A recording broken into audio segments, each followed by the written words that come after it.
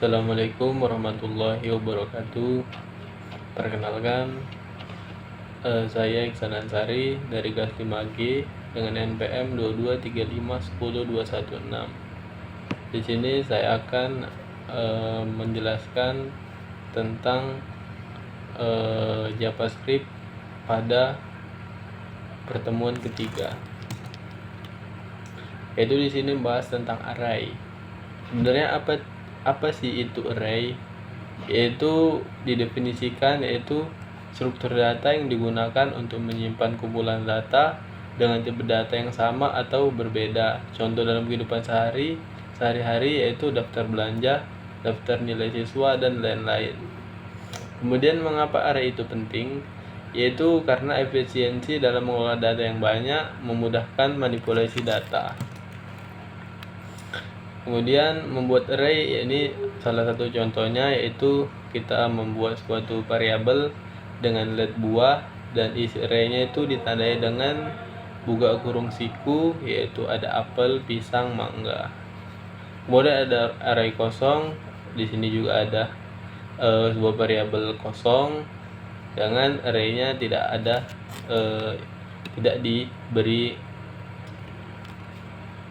diberi suatu data.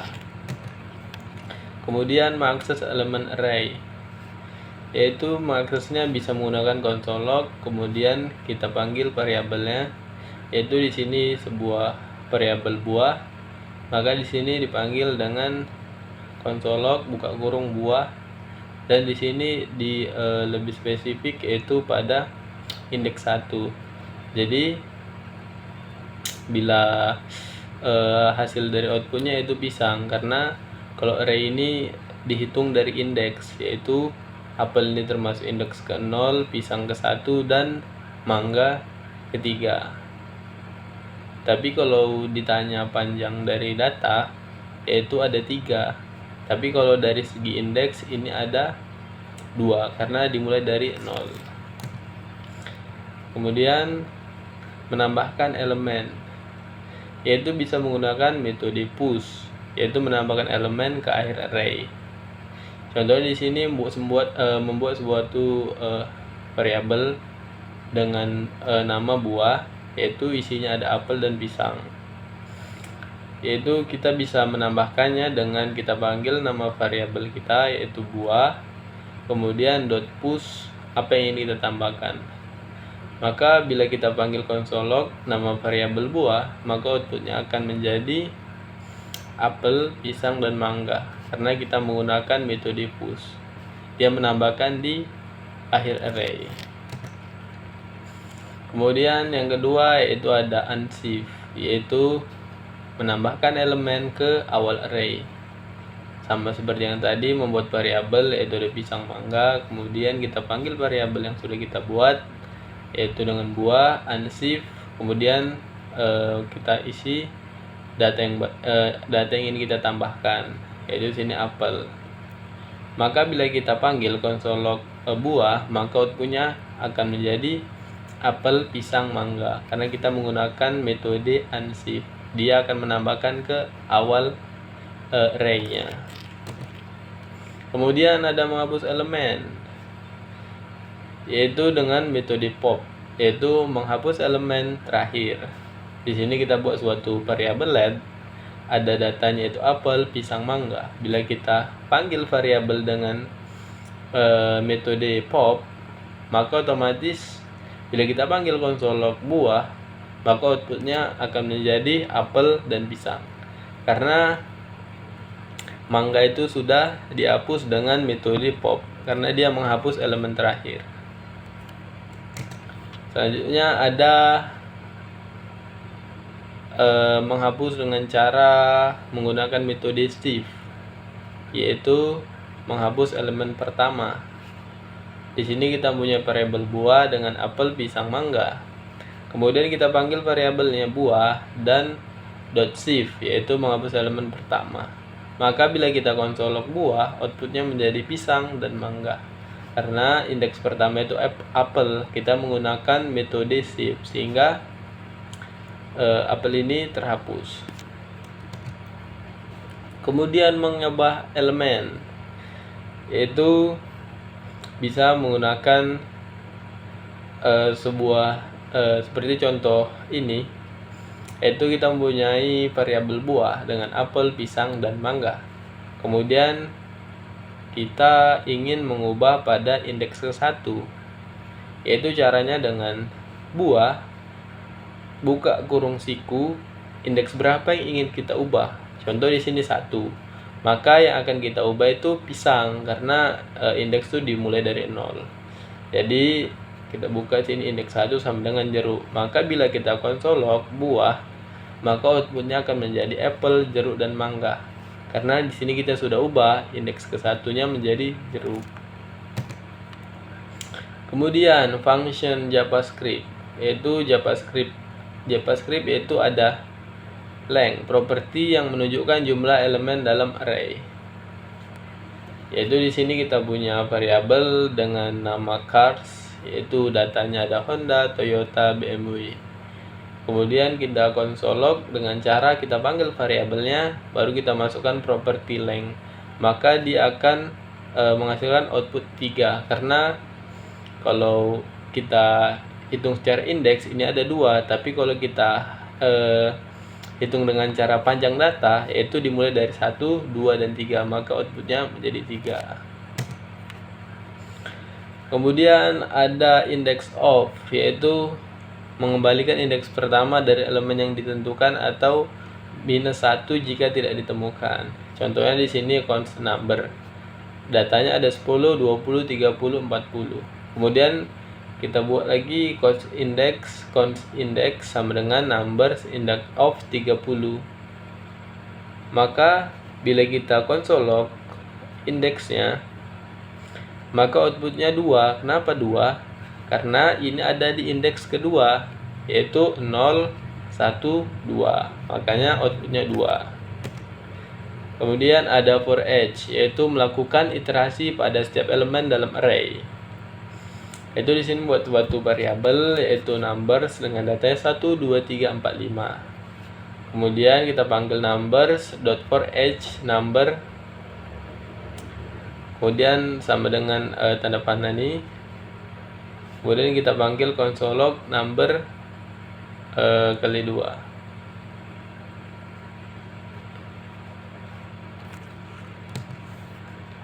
Kemudian ada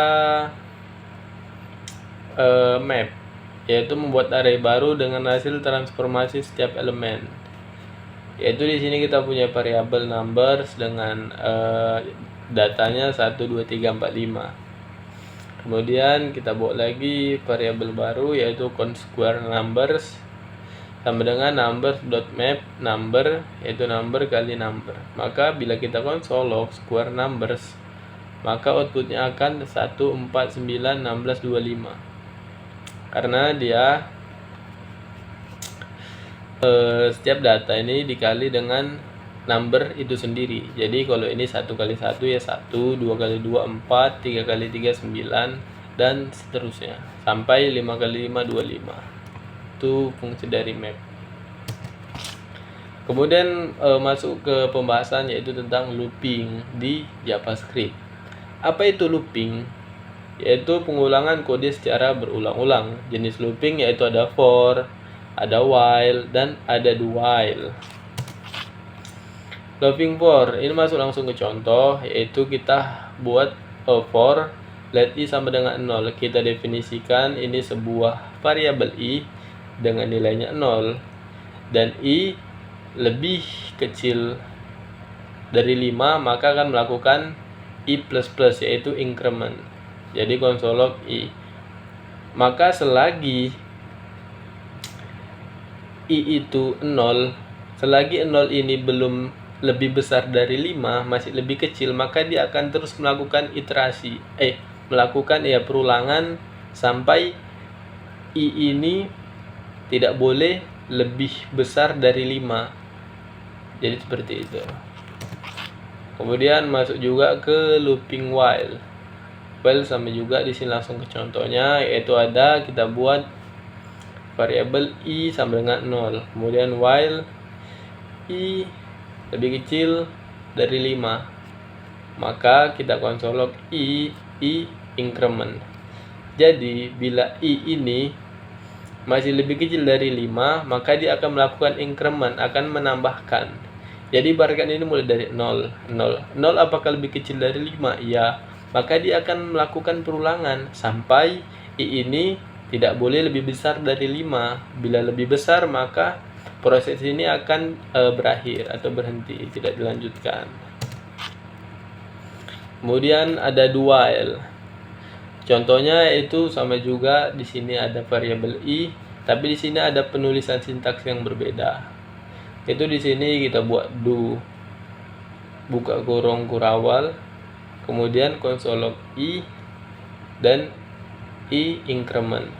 Kemudian masukkan while-nya. While-nya itu kondisinya i lebih kecil dari 5. Bila i ini masih lebih kecil dari 5, maka dia akan melakukan looping terus sampai i ini lebih besar dari 5. Bila i ini lebih besar dari 5, maka perulangan tidak akan dilakukan lagi, karena sudah memenuhi dari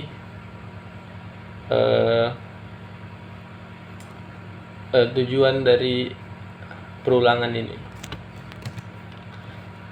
Kemudian masuk ke konsep objek di JavaScript, yaitu membuat objek. Cara membuat objek yaitu ciri dari objek yaitu buka kurung atau buka kurung kurawa dan tutup kurung kurawal. Inilah contoh dari objek. Di sini masuk saja ke contoh.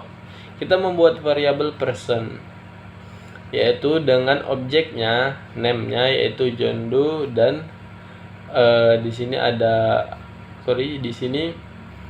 data objek yaitu ada name, kemudian ada age, ada city. Oke. Kemudian untuk maksud properti objek, kita bisa membuat suatu sintaks yaitu console log, kemudian buka kurung person.name. Maka dia akan menampilkan output yaitu John Doe. Karena apa? Karena kita memanggil objek dari properti name-nya. Kemudian masuk ke JavaScript asynchronous. Apa itu asynchronous? Yaitu kode yang berjalan secara paralel dengan kode lain. Mengapa asynchronous penting? Yaitu meningkatkan kinerja aplikasi, memungkinkan aplikasi untuk melakukan tugas yang memakan waktu lama tanpa menghambat eksekusi kode lainnya. Contohnya itu nge-patch data dari server, yaitu ini adalah contoh dari sintaksnya, yaitu kita nge-patch dengan contoh https api example.com/data. Kemudian di sini kita buat then respon kita ubah ke JSON. Kemudian kita then data console log data, kemudian catch error console error, kemudian buka kurung error. Ini adalah salah satu contoh nge-patch data. Kemudian masuk ke callback. Apa itu callback? Fungsi yang dipanggil setelah tugas asinkronus selesai. Yaitu di sini langsung saja masuk ke contoh, yaitu di sini adalah ada function dengan fetch data, kemudian URL yaitu API yang kita gunakan, kemudian kita callback-kan. Kemudian fetch masuk ke URL.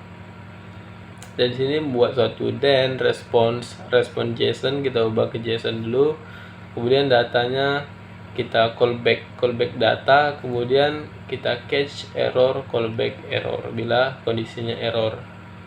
Kemudian kita fetch data, masukkan API yang akan kita gunakan, kemudian console log data.